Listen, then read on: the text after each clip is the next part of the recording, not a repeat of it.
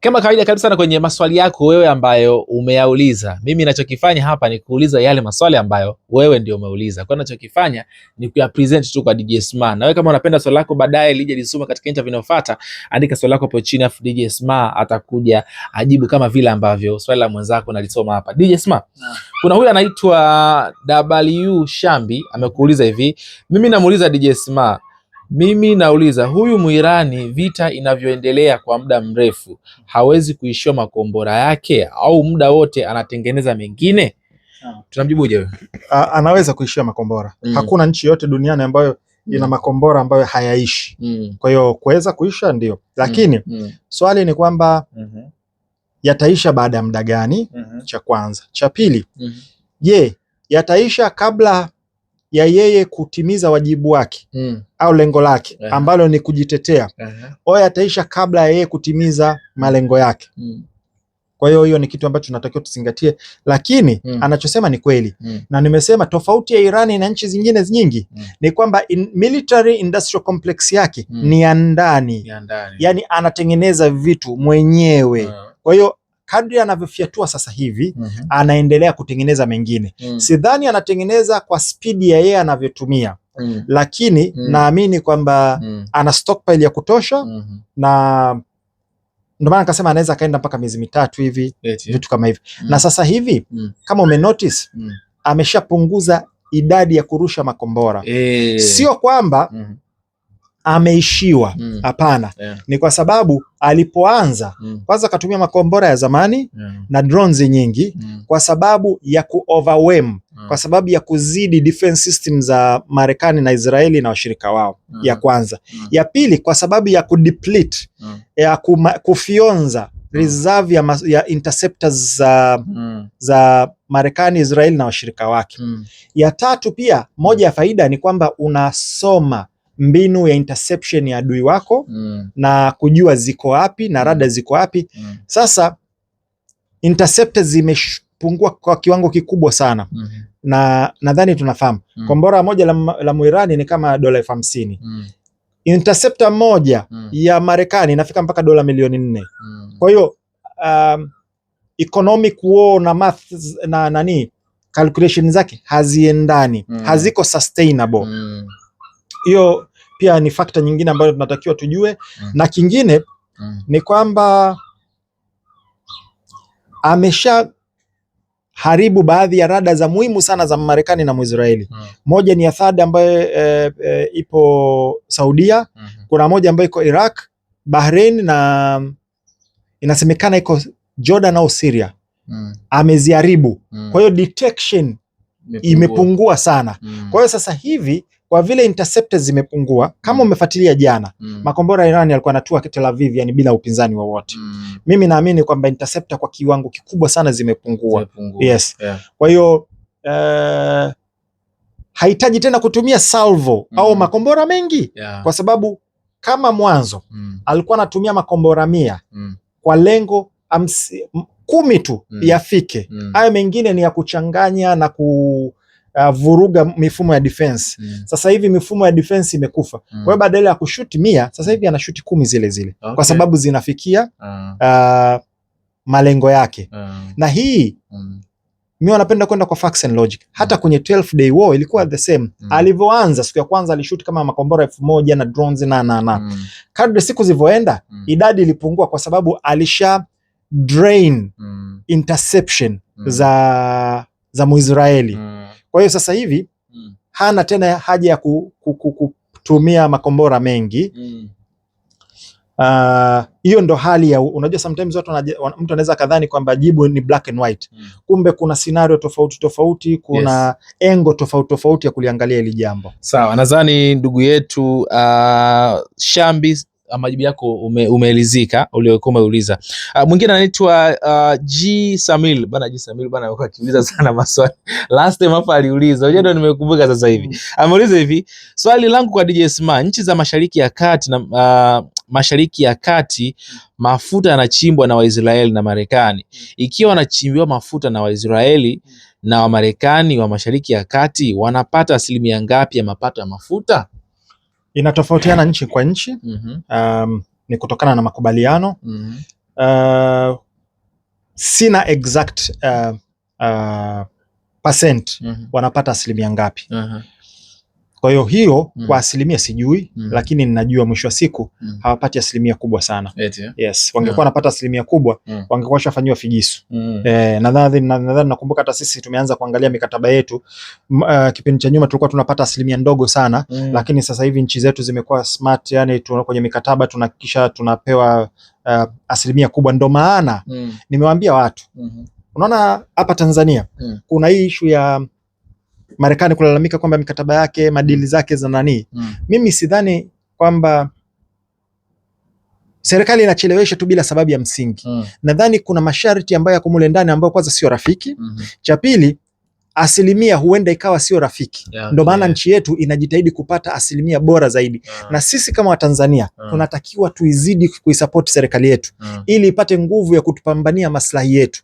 Ingekuwa wanataka tu dili haraka haraka alafu watangaze tumeingia mkataba sio nini, wangechukua dili la ovyo alafu wakatutangazia, alafu wale ambao wanalalamika kwamba serikali inachelewesha hizi dili ndio wao wangekuja wakaanza kusema mmechukua dili la ovyo. Umeelewa? Yes. Kwa hiyo kwenye hii mikataba nchi isipokuwa imara inapewa terms and conditions za ovyo sana. Okay, sawa. Jisamil, ndugu yetu, pamoja na kwamba unauliza kila siku, majibu yako pia unayapata kama inavyotakiwa. Mwingine anaitwa Eliasante Daniel Lulu ameuliza hivi, nina doubt na baadhi ya point kutoka statement. Nadhani sisi ni state, sija amemaanisha nini hapa statement. Kama Irani walijiandaa kwa zaidi ya miaka 40, imekuwaje viongozi wamekufa haraka vile? Je, ni kweli viongozi wapya wa Irani wapo salama sasa hivi baada ya muendelezo wa mtifuano? Je, ikiwa adui wa Irani kweli anaandaa kuiteka anga la Irani na ikitokea amefanikiwa itakuwaje? Hapa kuna maswali mengi. Cha kwanza, kwa vile unajiandaa muda mrefu haimaanishi hakuna madhara yatakukuta. Kwenye vita vipo madhara yatakukuta, maisha yanaendelea. Cha msingi ni kwamba unapodhurika una uwezo wa kuabsorb ile hit, yale madhara unaweza ukayabsorb. Kwa hiyo simply because kwani Urusi majenerali wangapi ambao wameuawa kwenye vile vita? Ukraine kuna majenerali wangapi wameuawa kule? Iraq, Marekani ilipoingia kwenye vita vya Iraq au Afghanistan, ni viongozi wao wangapi wameuawa? Na Watalibani wangapi waliuawa kule? Mula Omar tunamfahamu yule na wengineo. Kwa hiyo kuuawa kwa viongozi, kupata madhara ni part of vita. Uwezi ukapigana wewe ukategemea kwamba wewe utarusha tu ngumi, ngumi hata moja au mbili tatu zisikukute. Lakini ni uwezo wako sasa wa kuabsorb. Kwa hiyo tukiangalia kwenye mantiki hiyo, wakati vita vimeanza hivi hapa, ngoja turudi nyuma. Vita vya siku 12, unakumbuka kuna viongozi wa juu wa Irani waliuawa? Yes, wanajeshi wa kamanda alikufa. Yes. Waliweza kupigana vile vita ndani ya siku 12? Hawakuweza. Waliweza. Tunakuja sasa hivi. Mwanzo ilivyoanza hivi vita, kuna viongozi wa juu wa Irani wameuawa, hawajauawa? Wamekufa. Ikiwepo Ayatollah, si ndio? Je, wameweza kuendelea na hivi vita? Hawajaweza. Wameweza. Kwa hiyo ndio hicho ninachosema, kuna SOP, standard operating procedure. Hawa watu, nchi ambayo imejiorganize vizuri inakuwa ina mfumo robust ambao hata akiuawa fulani kuna mfumo fulani. Ndio maana nikakwambia kuna dead man's hand ya Mrusi. Yani leo hii hata ukipiga bomu pale Kremlin ukaua viongozi wote wa Kremlin, bado kuna dead man's hand mwanangu, mziki utafanya kazi. Kwa hiyo ni ukitaka kujua ubora wa jeshi ni uwezo wao wa kuabsorb hits au madhara ambao wanapokea. Na Iran wameonyesha, yani huwezi kuhisi kwamba kuna madhara yoyote, na hichi ndio nilichokuwa nakisema na muda umekuja kutoa majibu. Watu walidhani kwamba mkiuliwa tu viongozi basi ndio mmeisha. Ukweli umekuja kwa tofauti, na hii nilisema mwanzo na wewe una shahidi, nadhani unakumbuka. Yes. Kwa kumalizia, usalama viongozi wengine ukoje? Umeboreka kwa sababu wako wapi anasema? Wako wapi? Hakuna mtu anayejua zaidi ya wao. Yani hata Marekani angekuwa anajua walipo angekuwa shawafuata huko. Sawa. Ila wakati mashambulizi yameanza, yale yalikuwa ni preemptive strike. Preemptive ni mashambulizi ya kushtukiza. Wakati watu wako kwenye majadiliano au maongezi na ilishatangazwa, mediator Oman alisema tumefikia hatua nzuri sana, na Iran walikuwa wamekubali masharti ambayo hawajawahi kukubali huko nyuma, ikiwepo kusitisha enrichment yao. Yani Marekani wamepoteza fursa kubwa sana ya hii. Kwa sababu Iran alikuwa amekubali masharti ambayo hajawahi kuyakubali huko nyuma. Ya hakuna hatofanya enrichment yote ya nani? Ya uranium. Umeona? Ambayo haijawahi kutokea kule kipindi cha nyuma. Sawa? Ila kwa vile Israeli lengo lake alikuwa ni amani, lengo lake lilikuwa ni vita, ikabidi aingie kufanya alichokifanya. So kwa kumjibu tunajua umemjibu vizuri. Swali lilikuwa la mwisho aliuliza akasemaje, wako wapi? Wako wapi, ndio hivyo umesema kwamba kwa hiyo waliouawa wale wa mwanzo, aliuliza na usalama wao koje? Wale wa mwanzo waliouawa kwa sababu ilikuwa ni preemptive strike. Ni uhuni walichofanya, ni usaliti. Baada ya hapo nimekuuliza tangia siku ya kwanza ya pili, wale viongozi wa mwanzo kuulia, kuna kiongozi mwingine watu tumesikia Iran kauliwa? Wametulia sasa. Wapo sehemu ambazo ni salama, ambazo mimi na wengine wengi hatujui walipo. Lakini katika hilo maswali yake unajua imekuwa na vipengele vitatu hilo la kwanza, la pili na tatu. Anasema kwamba je, ikiwa adui wa Irani kweli anaandaa kuiteka anga la Irani na ikitokea amefanikiwa itakuwaje? La mwisho. Vita vitaendelea. Naomba nikuulize. Iraq waliteka anga, wakuteka anga? Alitekwa pale. Afghanistan, tena Afghanistan hawakuwa hata na kipepeo. Acha ndege, hawakuwa na kipepeo wala air defense system za Afghanistan. Yemen pale hawana ndege, hawana chochote. Wana air superiority pale. Lakini unajua vita sio itakupa ina advantage yake kuwa na air superiority. Sawa, ina advantage zake. Lakini haigarantii ushindi. Naomba nikuulize, mwaka wangapi vita vya uvamizi, sio vita, uvamizi wa Zionisti dhidi ya Palestina? Sasa hivi tuko mwaka wangapi? Miaka mingi sana sasa hivi. Tunatafuta mwaka wa 3 sasa hivi. Sawa. Mpalestina ana ndege yoyote? Nope. Israeli si anafanya anachokitaka pale juu? Labda tu Hamas kidogo akiingilia kidogo ndoga mtifano unakuwepo. Ndio hiyo, hata hao Hamas hao wana ndege yoyote au wana air defense system yoyote? Hawana. Vita vinaendelea, vijaendelea? Mtifano upo. Kwa hiyo lazima tuelewe, yani unajua hao watu ambao wanasikiza mainstream media, ukisikia utajua Iran imeisha yani. Umeona jinsi wanavyoongea na nini. Trump anakuambia bana, shambulio linalokuja litakuwa zito. Sawa, shambulio linakuja linakuwa zito, lakini na majibu yatakuwa mazito. Umeelewa? Kwa hiyo lazima tuelewe kwamba vita sio nisemeje, niweke vizuri, sio engo moja tu inaamua vita. Kuna vitu vingi sana ambavyo vinaamua vita. Na anyway, hiyo mengine nitakuja kuongea hapo mbeleni. Sawa. Muulize huyu nani, Ali Madeba ameuliza kwamba muulize DJ Smam, vipi kuhusu kiongozi mpya ambaye ameteuliwa Mujitaba, yukoje hasa? Ataweza kulisi kila ambacho babake alikuwa anakifanya? Sijui. Simfahamu Mujitaba. Sijui. Ila kuna kitu ambacho analysts tunaangalia indicators. Kuna Reza, unamkumbuka ile aliyeteuliwa awe kiongozi wa muda yule? Ali Reza or something hivi. Sawa. Alafu kuna baraza pale, kuna baraza na vitu kama hivi ambalo mpaka sasa hivi lipo na linafanya kazi. Kwa hiyo mpaka wamekaa wakaamua, kwa sababu ile sio monarchy, ule sio ufalme kwamba akifa mfalme anarithi mtoto wa mfalme. Haiko hivyo. Alipokufa Khamenei, akaja Ali Khamenei, sio kwamba baba kafa mtoto kafa. Sawa. Wanachagua mtu ambaye ana sifa. Kwa hiyo mimi simjui kabisa Mujitaba, ila ikiwa ile baraza limekaa likakubaliana likamteua yule, basi kuna jambo ila muda utatoa majibu. Kwa kumalizia, Sma, hii niliona nimesahau jina lake lito nani, alisema kwamba ulize Sma, sasa kwa namna vita inavyoelekea sasa hivi nini tutegemee sasa? Kama vita vitabaki kama vilivyo, kama nilivyokuambia, yani wiki 2 maximum mwezi. Unakumbuka nilisema tangia mwanzo, wiki 2 maximum mwezi vitakuwa vimesimama. Kwa sababu hawawezi kuendelea hivi, yani madhara ya kiuchumi kwanza kwa pande zote mbili. Cha kwanza, madhara ya kivita, hasara ambazo wanazipata Tel Aviv, Tehran na bezi za Marekani ni kubwa sana. Gharama wanazoingia pande zote ni kubwa sana. Alafu sasa inakuja upande wa majirani, uchumi wa majirani na hali ya usalama ni mbaya sana. Alafu sasa tunakuja layer nyingine duniani, ikiwepo Europe, mafuta yamepanda almost 50%, kwa sababu supplier wao Kuwait, Qatar na wengine hawapeleki tena mzigo. Wesi alipiti tena pale. Sawa? Makampuni ya insurance yamekata insurance sasa hivi, haisupport usafirishaji wowote wa mafuta wala meli wa vitu kama hivyo. Kwa hiyo kwenye level hiyo pia wanaathirika na dunia nzima inaathirika. Hizi athari huwezi kuzivumilia kwa muda mrefu. Kwa hiyo kwa jinsi ilivyo, wiki 2 maximum mwezi utakuwa mziko umeisha.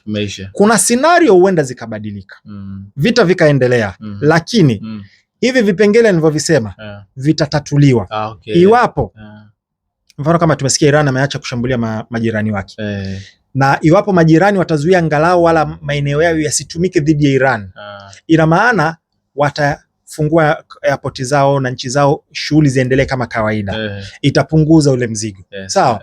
Iwapo Iran ataruhusu Strait of Hormuz mafuta yapite, kwa hiyo itapunguza pressure ya huko kwingine, uchumi wa ila iwapo nchi zingine zitaingilia kati kuongeza nguvu. Unajua, lakini pia unajua swali lingine watu wajiulize. Unajua hapa walisema kwamba Marekani alimuita nani? Mwingereza akamwekea mapozi na kuja anaoga kamind. Sasa wewe taifa superpower uko vizuri, kwa nini unaomba msaada?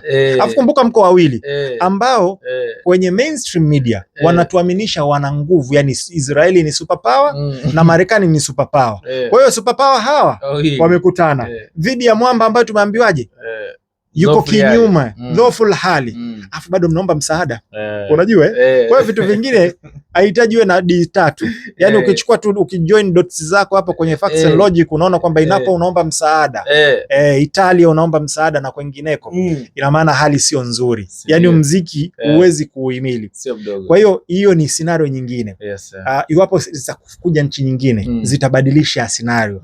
Iwapo kutakuwa kuna ground invasion, nikimaanisha Waazeri, nikimaanisha Wakurdi, itabadilisha scenario ya vita. Ninachokuambia hichi ni kwa hali ilivyo sasa hivi. Ikibadilika, variables zikibadilika, na outcome inabadilika. Kwa hiyo ni kitu ambacho inatakiwa watu wafahamu. Smart, unajua tumezungumza mambo mengi sana, lakini cha msingi nimekuwa nikiombwa sana bana, naomba namba ya DJ Sma, naomba namba ya DJ Sma. Sasa mimi bahati nzuri jamani, Sma hajanipa authority ya kugaa namba, ila huwa anazitaja. Hebu Sma zitaje namba, ngoja niwaambie watu afu watu waelewe. Hii namba usipige simu. Kuna watu hawaelewi kabisa, wanapiga simu mwisho wa siku hamna kinacho haipokelewi. 0764124124. Hii namba ni maalumu kwa sababu ya wana Fuse na mtu yoyote ambaye anapenda kuchangia Fuse. Tuwe tuna IC, tuwe tuna miundombinu, tutoke kukaa hapa kwenye benchi la ufundi, umeona, tukae studio tufanye kazi vizuri na vitu kama hivyo. Ambaye anataka kushow love, hata kama una biashara yako, unauza IC, unauza TV, unauza vitu, kwa sababu kuna TV inahitajika kule kwenye studio na vitu kama unataka kusupport AC kwa sababu ya kazi. Sio lazima pesa pia. Unaweza ukasupport, kuna vitu ambavyo vinahitajika. So kama unataka kuwa sponsor show love, ndio hiyo namba. Tuma WhatsApp message. Mimi wanajibu WhatsApp message zote. Kasoro ni aje, oi bro dogo. Unajibu vipi? Nenda straight to the point. Unaweza kujitambulisha, mimi mtu fulani na tokea fulani, nina jambo 1 2 3. Asilimia kubwa huwa nawajibu. Na wale ambao wanataka kujiunga na channel, huwa kuna automatic reply pale inakuja, inakupa link pale, ukibonyeza unaenda na subscribe channel, unapata linki zote. Kwa hiyo sasa hivi leo hatujatoka sana jasho kwa sababu hali ya hewa inaruhusu. Kwa hiyo mtu ambaye anapenda kushow love nini, UAC na vitu vingine, ukawa sponsor na vitu kama hivyo, karibu sana. Ila namba huwa nishampiga marufuku, asitoe namba yangu. WhatsApp hiyo ipo, andika 0764124124. Tuma message, kwa sababu shida si ni kuwasiliana, tutawasiliana kwenye hiyo namba. Lakini ukipiga WhatsApp haipokelewi, wala ukipiga kawaida haipokelewi. Simu inakaga iko ndani kabisa. au cha msingi wewe unatamani kunaomba namba, ingia kwenye interview za DJ Smart pale Fuse pale. Yani mwisho zote namba zote zinapatikana. Kwa hiyo fanyeni hicho kitu bana. Smart, pengine una lipi la kuambia sasa watazamaji wetu? Cha kwanza tuko kwenye masiku mazito na siku zinavyokuja zinazidi kuwa nzito. Yani kila jana ni bora kuliko leo. Huko tunapoelekea ni pazito zaidi. Sawa. Nimeshaongea kwamba kuna pandemic inakuja. Kuna mlipuko mwingine wa magonjwa yanakuja, sawa. Kuna mifumo inakuja inasheki, tunaletewa mambo ambayo yanatuvunja sisi imani zetu, kwa sababu wanajeshi au maagents wa Lucifer, mpinga Kristo, Masihi Dajjal, wako busy. Kwa hiyo tujitahidi kwanza, tujikaribishe kwa Mungu wetu. Unajua ukimwambia mtu hivyo anadhani uwe saint au uwe wali, uwe mcha Mungu. So you don't have to be perfect. Hakuna sehemu kwenye Biblia, Quran, Taurati wala nini Mungu amesema nataka waja wangu wawe perfect. Hapana. Anataka tujitahidi kadri ya uwezo wetu, tuwe waungwana. Tunapokosea tuombe msamaha, kwa sababu ndo maana ametuwekea toba. Mtume SAW sisi tunafundishwa kwenye imani, anasema kullukum khataun, nyinyi wote ni wakosefu. Wa khairu khataun at-tawwabun, na wabora kati ya wale wenye kukosea ni wenye kuomba msamaha. Umeona? Na ninaamini pia kwenye dini ya ndugu zetu wa Kristo is the same thing, kwamba wanafundisha jinsi ya kuomba toba na msamaha. Kwa hiyo tukithirishe hiyo kuomba toba na msamaha. Hii ni miezi mitakatifu. Kwa hiyo tufanye sana ibada, tuombe sana dua. Tujitahidi tufaidike na hizi baraka ya hii miezi. Ila niwaambie sana, especially wenye watoto, hakikisheni mnawapa malezi bora watoto. Yani hicho ndo kizazi kinakuja, na walengwa wa kupotoshwa ni kizazi hicho cha watoto. Unampeleka mtoto shule, hakikisha anaporudi unajua ana malengo, kasoma nini, kafundishwa nini, maadili gani wanaambiwa kule, marafiki zake ni nani, wanafanya nini. Sawa. Hawa hizi harakati hizi za maupinde wako busy sana sasa hivi kwenye shule zetu, na wanasimamiwa na watu ni maarufu. Wengine wanasiasa, wengine watu kwenye vyama, na wengine sehemu ambao watu maarufu. Kwa yule mtoto anaweza asijue. Hakikisha unajua mtoto wako anasoma nini, ana marafiki gani, mwenendo wake ukoje. Lakini pia mfundishe tabia njema, mfundishe uungwana. Tunaishi katika dunia ambayo watu wako very selfish. Tunaishi katika dunia ambayo watu wanafundishwa ukatili. Tunaishi katika dunia ambayo kila mtu kuwa muungwana unaonekana kama mshamba. Umeona kuwa mpole unaonekana mshamba. Kuwa mstaarabu unaonekana mshamba. Ujanja sasa hivi ni kuropoka. Ujanja sasa hivi ni kugombana na watu. Unaona? Ujanja sasa hivi ni kuwa mchoyo. Umeona? Hayo yote ni kinyume na maadili ambayo Mwenyezi Mungu anayapenda. Kwa hiyo tuwafundishe sana maadili mema, turudi sana, tuangalie ni watu gani ambao wanatu influence sisi, wale ma role model zetu ni watu wa aina gani. Tutafute watu waungwana, tufanye. Na sisi kwenye Uislamu waga kuna kitu cha muhimu sana ambayo tunafundishwa, ambayo ni husnul khatima, kuomba mwisho mwema, kwamba Mwenyezi Mungu atakapotuondoa hapa basi atuondoe katika hali ambayo ameturidhia. Tuje tukaenda tukakutana na majuto ya milele. Mimi katika, unajua kuna fantasy, kuna kitu ambacho huwa unatamani lakini unajua kiko nje ya uwezo wangu. Katika kitu ambacho natamani ni kuwa na shule ambayo itakuwa ina mfumo na syllabus unique kabisa, ambayo humo ndani kutakuwa kuna mafunzo. Yani mtu akija pale anafundishwa adabu, anafundishwa kumjua Mungu wake kutokana na imani yake, anafundishwa physical fitness, anafundishwa afya, anafundishwa ujuzi. Yani sio tu kwenda kupewa ma information basi, yani lakini maadili na vitu kama hivyo ni moja ya vitu ambavyo ninatamani. Yani unajua kuna vitu mtu anatakiwa afundishwe. Kuogelea mtu anatakiwa afundishwe tangia mdogo. Sawa. Hivi unajua nasikitika mtu atalifti, mtu mzima ajui jinsi ya kuoperate lift. Au zile escalators zile ambazo ngazi za umeme zile. Mtu unaona anahangaika. Kuna vitu ambavyo tunafundishwa tangia wadogo. Mtu anatakiwa afundishwe tangia mdogo. Kanuni za barabarani, ukitaka kuvuka usivuke hapa, vuka kwenye zebra. Sawa. Ukitokea jambo, ikitokea dharura, piga simu. Kama ni polisi, jinsi ya kutoa taarifa. Yani kuna zile basic ambazo siku hizi hatufundishwi, watoto hawafundishwi. Yani mtoto anatakiwa uwe unamfundishe jina lako nani fulani, baba yako nani, yuko wapi, anapatikana wapi, mama yako nani, yuko wapi, unaishi wapi, Mbezi gani, bibi yako Jogoo, mtaa gani, nyumba namba ngapi. Kuna vitu ambavyo lazima awe basic, kuna kisha mtoto wako anavijua vyote vile. Ukiwa na dharura, namba ya baba yako ni ngapi? 1 2 3. Namba ya mama yako ni ngapi? Yani vitu basic ambavyo hata umepoteana au vitu kama hivyo ajue. Ukipotea, let's say umeenda sokoni umepotea, unatakiwa uende wapi? Tafuta ofisi ya soko au tafuta mlinzi wa soko. Yani kuna vitu basic lazima mtoto afundishwe. Yes, nidhamu ya pesa, nidhamu ya ungwana na vitu. Kwa hiyo kuna baadhi ya vitu ambavyo natamani, lakini ndio siku hizi vinaonekana kama ni vya kizamani. Kwa hiyo ni kwa ufupi ndo hayo. Sima, kwanza mimi nikushukuru sana, na pia watu wanapenda sana. Nadhani next time pia tutaandaa pia somo kuhusu masuala ya afya. Maana nimeona pia watu wamesifia sana ile tip ambayo siku ile ulizungumza, ile swala yule jamaa aliuliza kwamba kwa nini umepungua. Ile elimu ambayo uliitoa pale watu waliipenda sana. Kwa hiyo smart, tukipata wakati mwingine pia tutakuomba utuandalie pia segment nyingine kuhusu masuala ya afya, watu waweze kuelewa pia. Ila kwanza kwenye hilo nitoe kabisa angalizo. Mimi sio mtaalamu wa afya. Sijasomea, sio dokta wala sio profesa wala sio nesi. Ila nimejiongeza. Kwa hiyo naomba ieleweke. Sasa kama bana alisema by experience. For sure. Mimi naitwa Victor Madaha. Asante sana kwa wewe ambaye umetutazama kuanzia mwanzo mpaka mwisho. Make sure una subscribe, una like, una comment, una share. Mtumie mshikaji wako ambaye labda unadhani hii interview itamfaa kisikiliza. Mtumie WhatsApp, mtumie kote huko kwamba kuna tamani wafikie kwenye group. Tulifurahia sana kwamba mtu anaweza akajirekodi bana, nasikiliza kutokea sehemu fulani, ukionyesha una rekodi kanani, tutakuwa tunazipachika kwenye video zetu. Nadhani tena mwanzo kabisa bana, hata fulani kutoka sehemu fulani tunaweka pale mwanzo. Shout out zinatoka zile. Kwa hiyo itakuwa vizuri sana. Fanya hivyo bwana, afu utakuwa umetisana ile kinoma noma.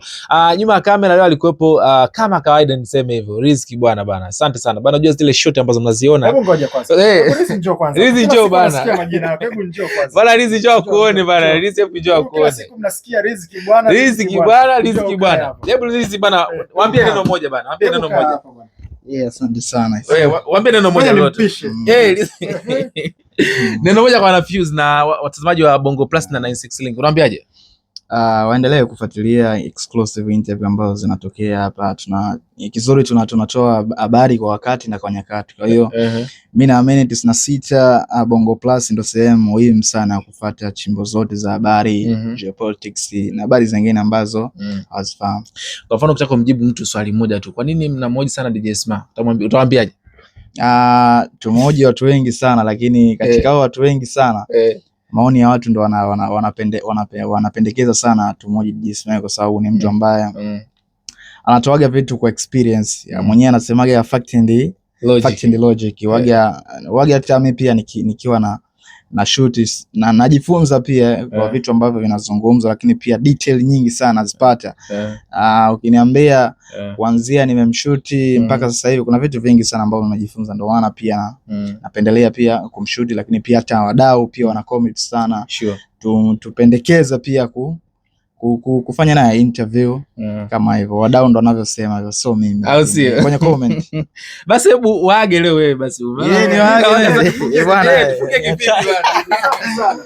Waage leo wewe. Bwana, presenter alikuwa Victor Madaha, tulikuwa na host wetu hapa, mgeni wetu alikuwa DJ Sma, mimi naenda kama Rizky bwana, alikuwa cameraman lakini pia ni editor ambaye tutasogezea huu mchongo baada ya siku kadhaa hivi. Na I think kwenye hizi siku hapa kati ya Jumatatu au leo. Tukutane tena the next time. Hivi nani anatengenezaga zile thumbnails zile? Yeye mwenyewe. Huyu ndo mkali wa. Naomba niseme kwa Bongo, sijui kama kuna mtu ana thumbnail kali kumshinda huyu bwana. Atoa channel. Mbaya sana. Huyu ndo mkali wa thumbnail jamani. Bongo ziwa. Bwana, asante sana. Haya bwana.